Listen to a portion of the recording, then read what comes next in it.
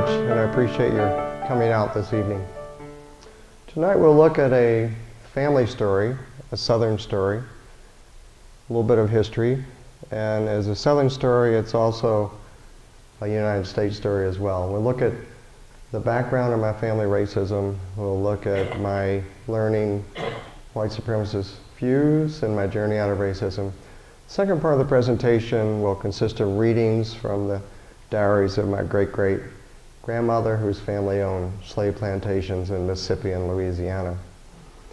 In looking at the history of the South and the history of our country, it's important to realize that that is something that we should know about if we're to understand the present challenges in race relations today. It's like a chain of events where you have a series of chain links, each linked to the other, and the end result is connected to everything that goes before. So if we want to understand the things that are in the news today that we've all been reading about, things that unfortunately are often in the news, it's important to have a sense of the history of what's involved. The first part of my book covers most of what we'll talk about today, all the slides, the pictures you'll see, most of the stories, and most of the readings are in the first part of my book. One thing I think is very important is that we keep in mind the oneness of everybody, the connection of everybody, and how we're all so much more alike than different in our physiology, our psychology, and in my opinion, in our spiritual nature. At the same time, it's essential that we appreciate and respect different people and different cultures, and within that, to appreciate and recognize that there are a lot of people in America who are not white, who do not have the same experience as people who are white, and that should never be forgotten while we also recognize our common humanity. I was raised to be a Southerner who believed in white supremacy. My principal teacher was my mother. I'll tell you a little bit about my mother, the heritage that she was born into, and also the society within which she grew up. This is my mother on your left. On your right is her older sister. Both of them were raised in the old Southern way, in the way of the plantation South. My mother was born in 1906 in Mississippi. They were raised with a black mammy. The closest we have today to that is the concept of a nanny. Their mammy, who's in the middle, was Margaret Williams, and she was born in slavery. My mother was very close to her mammy, and my mama would tell me that when she would ride in the buggy to school in the mornings, that mammy would ride with her. But it wasn't because of their closeness. It was because the buggy was driven by a black manservant. And my mother explained to me that that her father knew you would never let your daughter alone with a black man. So that was one of the myths that my mother grew up with. She was very proud of her heritage. She was taught to be very proud of her ancestors. On her mother's side is Nancy McDougall Robinson. Nancy Robinson's husband was Alfred. Alfred inherited slave plantations, and when he died, he left slave plantations to his wife and also to his 2 children. On my mother's father's side, she was very proud of her grandfather, Lieutenant Colonel William Henry Fitzgerald. Lieutenant Colonel Fitzgerald was a slave owner, a Civil War hero, a judge, and a 2-time Mississippi State Senator.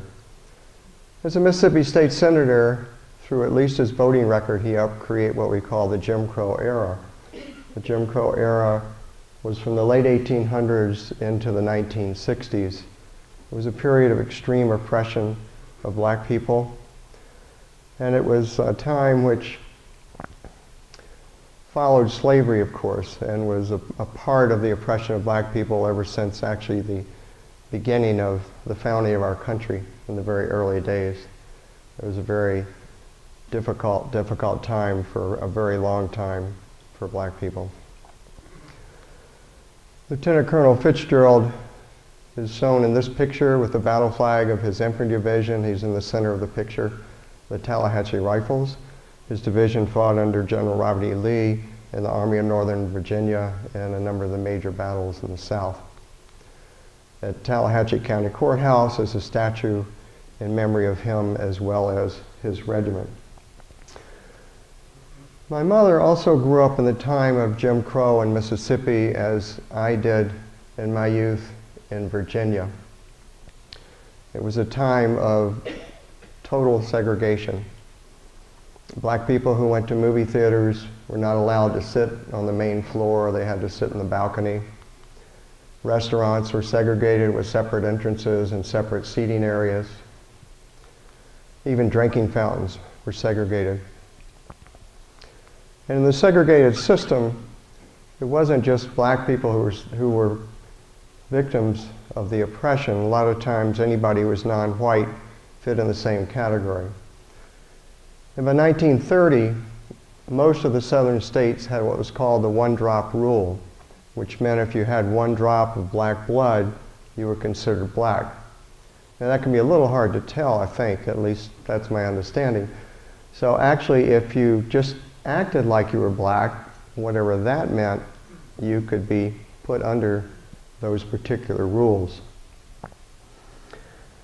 There were hundreds of laws that were created during this time of Jim Crow. I'll share with you one law from 1920, which was from Mississippi, and it was the year my mother turned 14.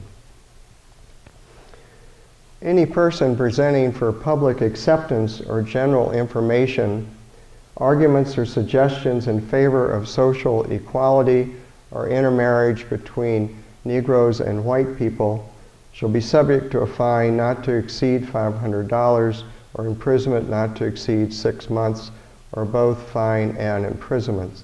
So if any one of you wrote a letter to the editor saying you believe that black people and white people should have equal rights, you could go to jail for 6 months and pay a fine, which in today's currency would be approximately $6,000. The Jim Crow world was so extreme that in South Carolina, if you worked in a textile mill, it was illegal for a black worker to look out the same window at the same time as a white worker. If you lived in Washington, D.C. and happened to have a cat or dog or whatever pet you might have, it was illegal for you to bury your pet in the same area where white people buried their pets. Of course, there was racism in the North, but the North did not have the system in place with the laws that were present in the South. So my mother was my link to the world of white supremacy. When we look at babies, babies are born without a story.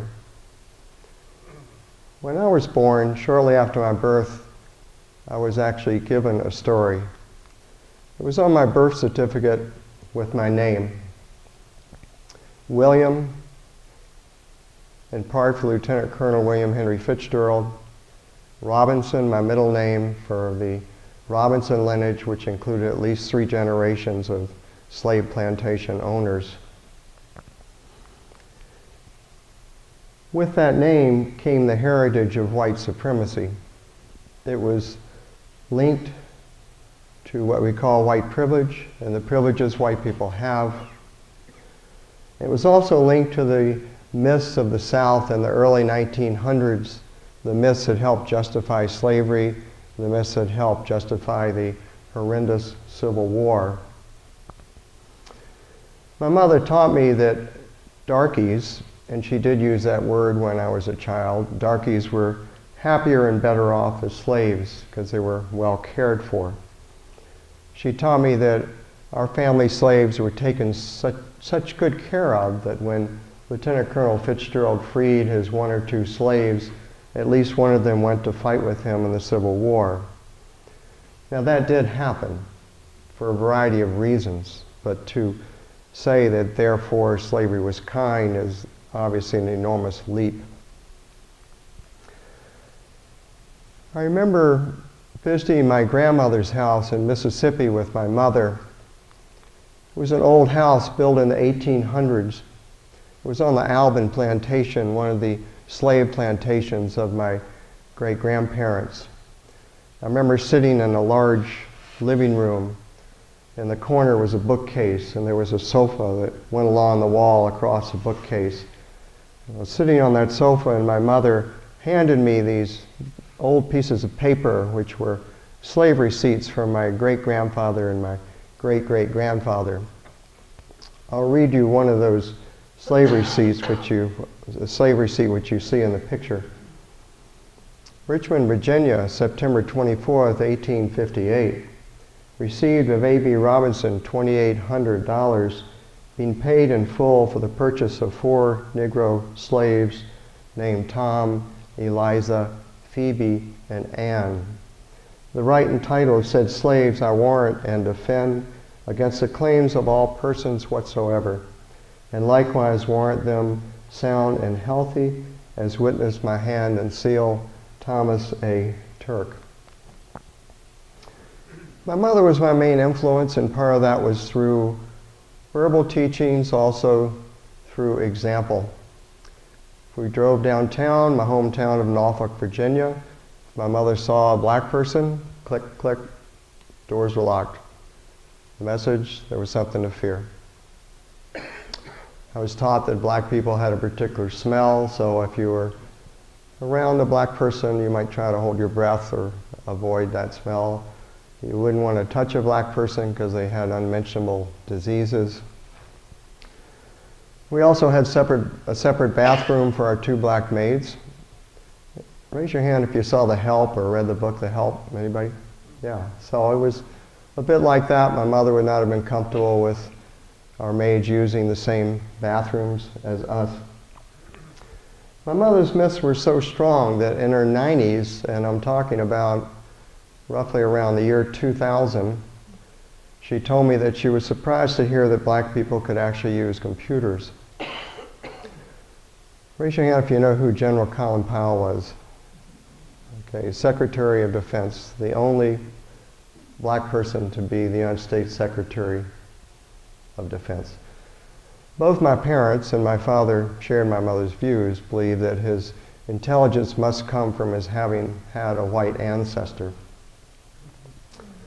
I'll share with you a poem that I wrote about my mother called Mama Don't Know. Mama don't know that black folks don't all have unmentionable diseases. Mama don't know that most black men aren't muggers and rapists. Mama don't know that General Powell's intelligence isn't from some white ancestor. Mama don't know that black mammies should have been home with their own babies from the get-go. Mama don't know that the kindest of slave owners wasn't kind. Mama don't know that her great-grandfather's Negro property of 200 human beings kept their owner in bondage too. My mama, she got a bad memory. She never learned to forget what her mama thought she knew. My mother's teachings were reinforced by the Jim Crow society that I grew up in Virginia. All public facilities were segregated. The Virginia State Constitution forbid the integration of schools. In the 1958-59 school year, six schools in my hometown of Norfolk were closed to avoid integration. One was Granby High School, where I went to wrestling practice. I remember that Prince Edward County closed their entire school system for 5 years to avoid integrating. They established private schools for the white kids. The black kids were out of luck. It devastated that black community and took them decades to get over that experience. In a way, I was around black people. We had 2 black maids. There were black people that worked for my grandfather. But I was also isolated from black people because they weren't a part of my world. And one effect, of course, of segregation is you're not allowed to have positive experiences of people of the other race to counter the myths that you've been taught. It was like my mother fed me a poison apple, bite by bite by bite. Poisoned me by giving me a diluted sense of who I was, of who other people were. Poisoned me not just against black people, but also Jewish people, Catholics, foreigners, and because of the Civil War, Northerners. I think that leaves about 20 people you can relate to. Definitely makes it tough. And part of that was because of our human insecurities, the need to have other people to look down on, to give yourself a false sense of self-worth.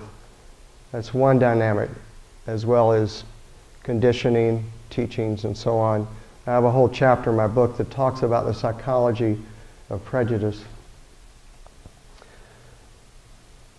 The poison was strong enough to where, when I was a youth, I did things that were hurtful to black people. On one occasion, as a teenager, a friend and I drove through a black neighborhood and yelled derogatory names. 35 years later, I had the Norfolk newspaper print my letter of apology for the misdeeds of my youth. Like in the fairy tales, or many life experiences, however, that poison apple had within it the seed that was the antidote to the poison. What was that antidote? It was my mother's kindness, her belief in fairness and in justice. And as human beings, we have a great capacity for being inconsistent, for holding conflicting beliefs and views. So my mother could have a belief in black people being inferior and needing to be treated as such, at the same time in being kind and a belief in fairness and justice. This was the beliefs that, these were the beliefs that my mother held. And this poison apple's antidote came to fruition in 1962. The 1962-63 school year was a pivotal one for me. I was a junior in military high school in Virginia. That year I had a cousin come up from Mississippi to go to school with me. Now in Virginia we were pretty serious about our racism, about our segregation.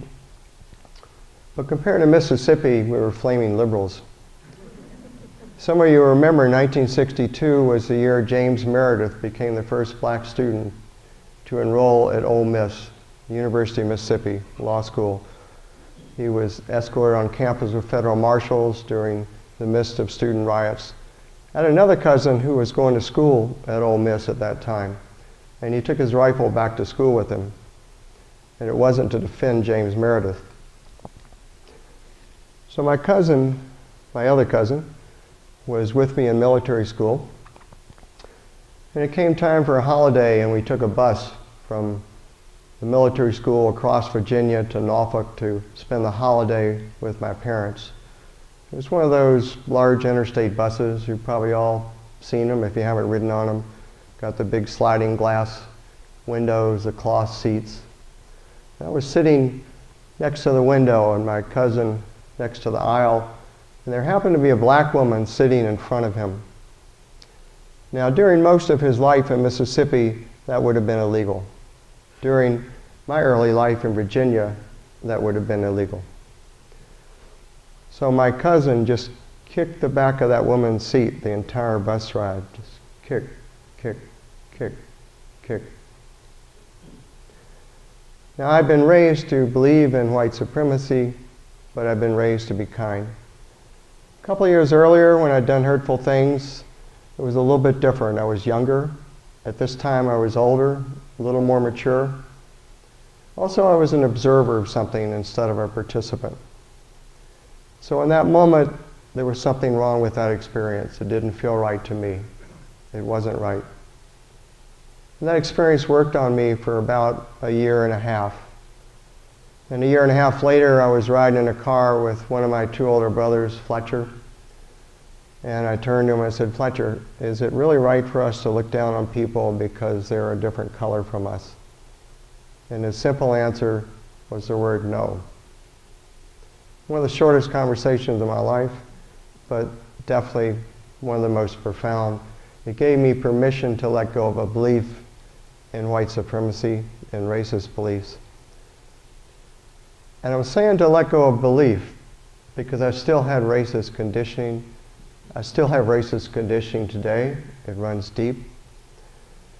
I'll share with you a poem that I wrote just a few years ago when I met a black acquaintance of mine in a local store and we shook hands. It's a poem that I could have written back in my 20s, could have written most any time in my life. A handshake. I wince slightly, and I have mixed feelings as I shake your hand. My mind has broken the chains of my past, and I know it's okay to shake your hand. But the emotional conditioning of my childhood sends some small part of my psyche to the store to look for a disinfectant.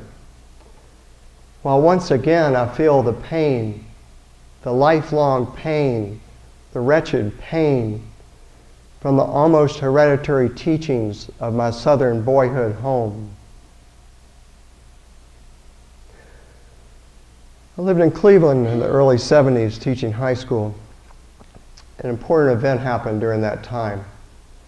I received in the mail a large box.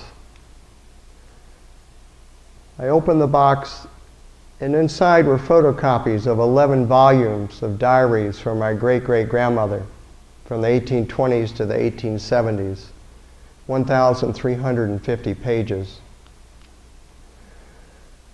Wasn't sure what to do with that box. I had my idea, my stereotype, if you will, of slave owners. Wasn't that interested in reading about it, put it aside. Put that box aside for 20 years. Till the mid-1990s, I was working at community radio station KVMR, and each year I was involved in Martin Luther King Day programming.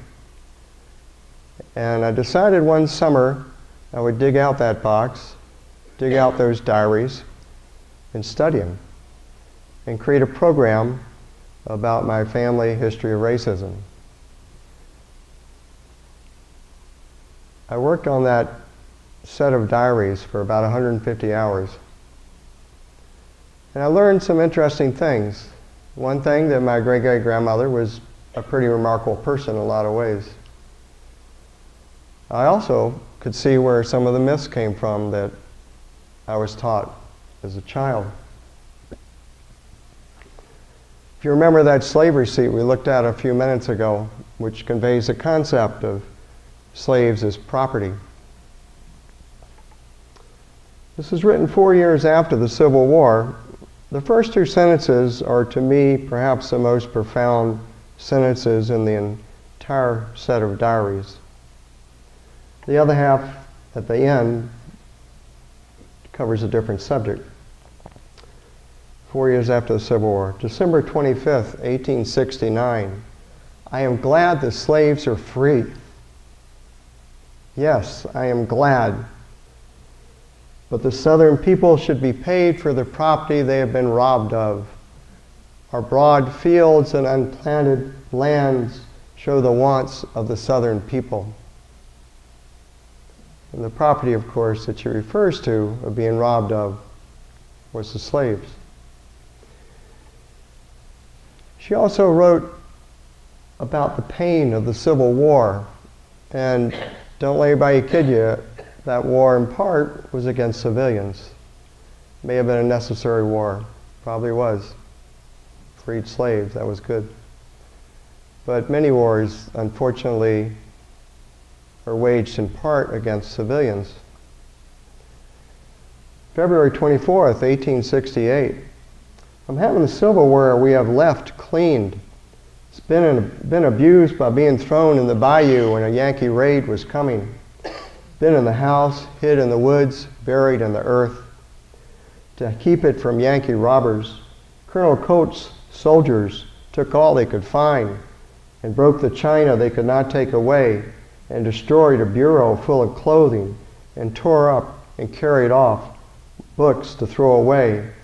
Long, long will our injuries and wrongs be remembered from those bigoted, self-righteous Yankees, corrupted by a little money to pay them for killing people and burning houses and destroying. When I did research for my book, I read 550 interviews of former slaves, and I almost wept for the unfortunate, incredible suffering that they experienced. When I studied these diaries, I almost wept for the pain of the South, the pain of my ancestors, the pain of people caught in war. My wife and I were walking downtown during the annual Civil War reenactment just about a year or two ago. Actually, it was right after, actually it was longer than that. It was right after spending all this time studying these diaries. So my wife and I were walking across the street, and two Union soldiers walked across the other way. And to my amazement, and this was really a surprise to me, from my unconscious bubbled up the words, "Damn Yankees." And that was the voice of my great-great-grandmother and my great-grandparents, my mother. And I could realize for the first time when I studied these diaries where my prejudice against Northerners came from. I got over it.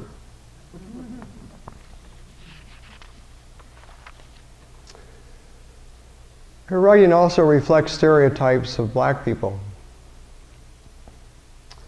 This was written after the war, at the time that slaves were leaving the plantation to go look for loved ones, to go see the world. December 30th, 1866. This morning another boatload of Negroes left here. Old Adam, a once faithful servant, now free by bribery, is taking all the Negroes from this place by the influence he has with them. There is no honesty, honor, or truth in the Negro race, is my experience. Yet, ironically, in other entries, she writes very beautiful statements about some of the black people she knew who were at this time former slaves, to contradict the idea of a stereotype about an entire race. These entries showed me the myths that I had learned as a child. They also showed me that she was a remarkable person. These diaries were a key piece for me in understanding my family racism. They were the furthest back I could trace that racism. And they also inspired me to write my book, a book that could help others unlearn not just racism, but prejudice. And I'll tell you a little bit about that book. The first chapter has a lot of entries from these diaries. It also has excerpts from the interviews with former slaves. It's the only book I know that compares those two things. The second chapter looks at the Jim Crow era, both in general and in terms of my family history. And then it looks at my family upbringing, my learning racist beliefs, my journey out of racism. The last part of the book offers a lot of steps to help people overcome prejudice. The appendix includes 100 study questions for colleges, high schools, study groups, or individual reflection. And I have a website, Almost Hereditary, unlearningprejudice.com, which supplements the book. So it's meant to be a tool to help people overcome prejudice. It's called Through These Eyes. Nancy Robinson, sweet sister, whose name I carry, I've seen the world through your eyes, seen your illusions and your truth, your joy and your sadness, your pain and your incredible love. If only you could see through mine, humankind's delightful diversity and the wonder of our oneness, and maybe you can.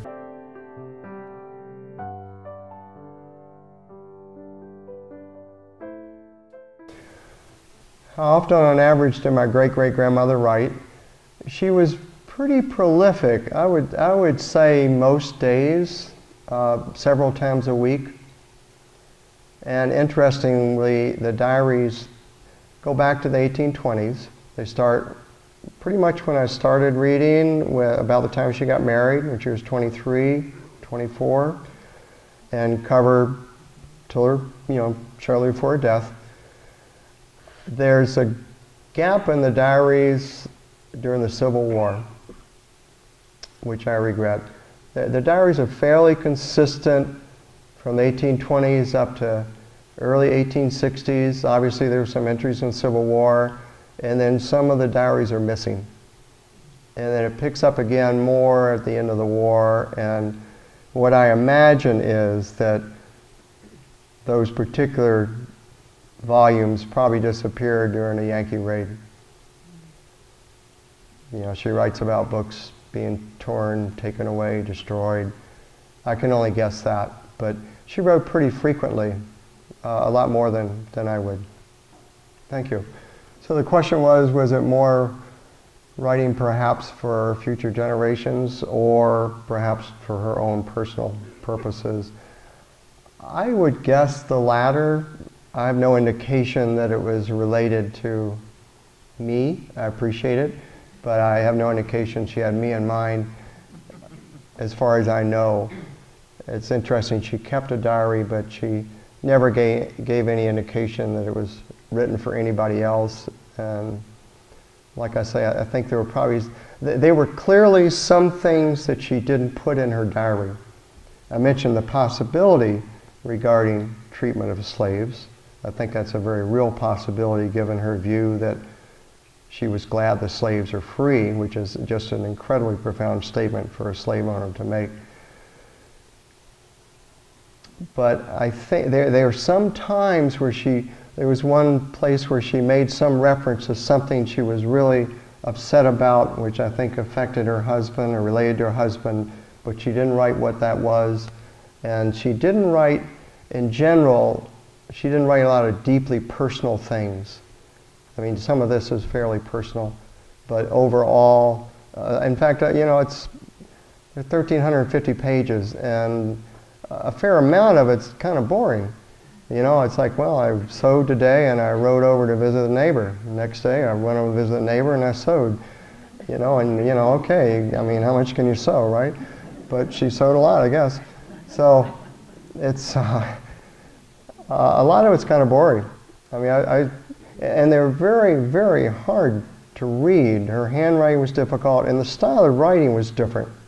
The S's would look like a P.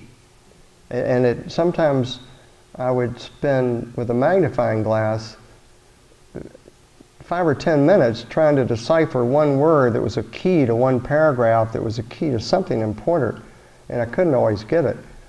And that's part of why I spent at least 150 hours studying these things. It was really difficult.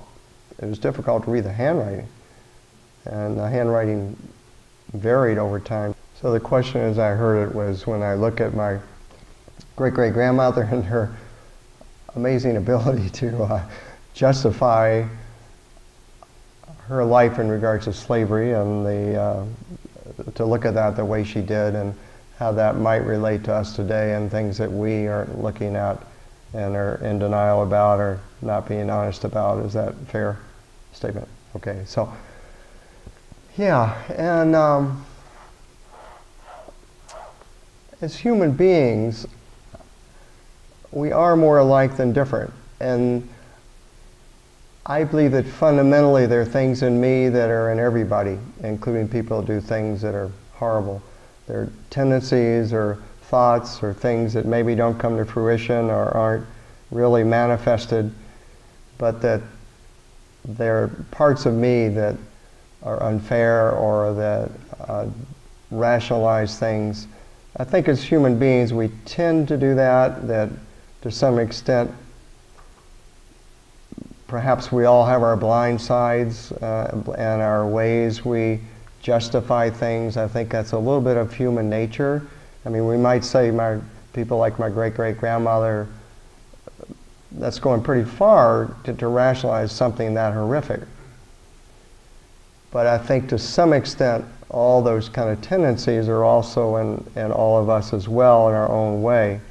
And there might be ways, you know, in my life that, you know, I have concerns about the environment and the destruction that is taking place on our earth in terms of the environment. And there are ways that I know that I am not environmentally sensitive, some consciously and some not, wasting paper, drive a car, different things I do.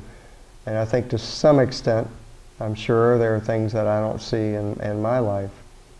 So I think that's I think we can always, if we look, find a commonality between us and other people, no matter who they are or what they did. Obviously, some people were involved in things that were pretty horrible, and fortunately we've grown beyond that. But the potential to deceive ourselves, to some extent, is a human thing. Does that help a little bit? And I want to say that for me, people ask me sometimes about, well, what can I do to fight racism or prejudice? And obviously there are things we can do out in the world, and certainly at this time there's a call for trying to work to get more accountability among some police departments and things like that, trying to make sure people are safe and protected, and things that we can push for and legislation and things like that to help protect our communities, and certainly black communities. At the same time, to me, the most important single thing we can do is to really come to know ourselves. It comes down to knowing ourselves, to trying to be more aware, to make more conscious things that have been unconscious, to become more aware of our prejudices. And I would suggest that we all have prejudices, and suggest that perhaps all of us have some degree of racism, no matter what race or mixed race we are. If you grew up in America, it's pretty tough, because we're conditioned to have racism. It's a very racist culture in a lot of ways, and there's institutional racism and white privilege, and the important thing is learning to see our own shortcomings, which includes our prejudices, perhaps our racism, and to work to accept them as a part of us, to accept them in the sense that the worst thing you can do is to deny them or to suppress them into your unconscious, where they become stronger. The more we become aware of our shortcomings, of our prejudices, the more there's a possibility they can be transformed. And also the more honest we can be with others. If we are, and this can be a problem with white liberals, there's a Unitarian minister, Jeremy Taylor, who I'm sure the Unitarians, we have a Unitarian minister with us tonight, the Unitarians are familiar with Jeremy Taylor, and he's certainly done some work on racism, and he has a very beautiful article he wrote, which impressed me a lot, that a lot of us who are white liberals, one of the most dangerous things in terms of oppression in the world can be our ability to deny our own racism, to suppress it, and to project it out onto others. And we, as humans, tend to take things we don't like about ourselves, that we don't see in ourselves, and see it in others. Doesn't mean it's not in others. It may or may not be. But this is a very interesting insight that he offers in that regard. And the more we know ourselves, the better allies we can be for people of color, because there can be a more honest communication. And people of color, in my opinion, also need to be aware of challenges that white people have in order for us to work well together. I mean, there's the subject of shame and guilt. We could do a whole nother evening here. When I help with workshops with young people, a lot of times I'll do a whole conversation about shame and guilt, which tends to be a white problem. But it also is important for people of color to be aware of, first to work together so we can be good allies, and we can also forgive each other of mistakes. So there needs to be an understanding on everybody's part, for everybody to work together to try to create a just world. When we look at the subject of prejudice, to me the most fundamental question comes down to what keeps us, what keeps me from unconditionally loving others, from unconditionally loving you. This is a question we can each look at for ourselves. I believe it's a question Martin Luther King gave some thought to. He often talked of Christ's advice to love one another. I'll share with you a poem I wrote in 1975, and when I studied Martin Luther King's writings a few years later, I found that he had some very similar feelings about these kind of things. The purpose. It often gets lost in my games and hidden in my stories, but the purpose of my life is to love you. Thank you for your presence.